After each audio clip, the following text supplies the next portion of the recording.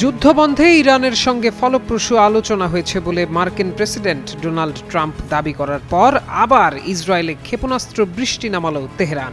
মঙ্গলবার ইরানের Islamic revolutionary guard corps IRGC তাদের চলমান প্রতিশোধমূলক অপারেশন ট্রু প্রমিস 4 এর ৭৮তম ধাপের ঘোষণা দিয়েছে।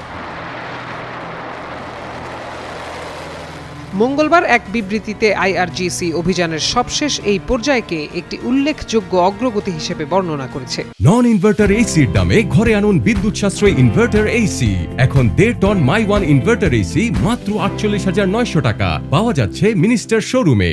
তারা জানায়, যখন ইরানিরা মুষ্টিবদ্ধ হাতে লাখো মানুষের সমাবেশে পরিণত হয়ে ইসলামী প্রজাতন্ত্রের প্রতি ব্যাপক সমর্থন জানাচ্ছে, ঠিক তখনই শত্রুর লক্ষ্যবস্তুগুলোতে বৃষ্টির মতো ক্ষেপণাস্ত্র বর্ষিত হয়েছে। IRGCর বিবৃতিতে উল্লেখ করা হয়, ট্রু প্রমিস 4 এর ৭৮তম হামলাটি যুদ্ধের ইতিহাসে একটি অনন্য রেকর্ড স্থাপন করেছে। বিবৃতি অনুযায়ী ইসরায়েলের দখল করা ইলাত বন্দর, পারমাণবিক চুল্লির সুরক্ষিত শহর ডিমোনা এবং উত্তর তেলাবিবের লক্ষ্যবস্তুগুলোতে ইমাদ এবং মাল্টি ওয়ারহেড কদর ক্ষেপণাস্ত্র ও অ্যাটাক ড্রোন ব্যবহার করে হামলা চালানো হয়েছে।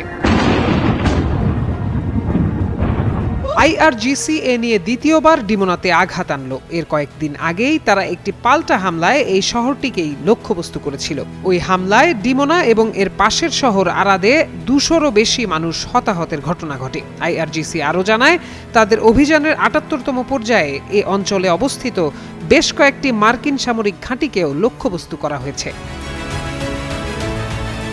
বিবৃতিতে IRGC হুঁশিয়ারি দিয়ে উল্লেখ করে, বাহিনীটির অধিকাংশ কমব্যাট ইউনিট এবং লাখো বাসিজ স্বেচ্ছাসেবক সেনা এখনও যুদ্ধক্ষেত্রে প্রবেশ করেনি। তাদের সম্ভাব্য অংশগ্রহণ সংঘাতকে আরও তীব্র করে তুলবে এবং আগ্রাসনকারীদের জন্য পরিস্থিতি নিয়ন্ত্রণের বাইরে নিয়ে যাবে।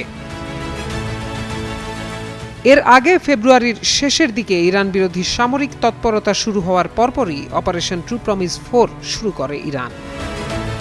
প্রত্যয় দাস, যুগান্তর নিউজ।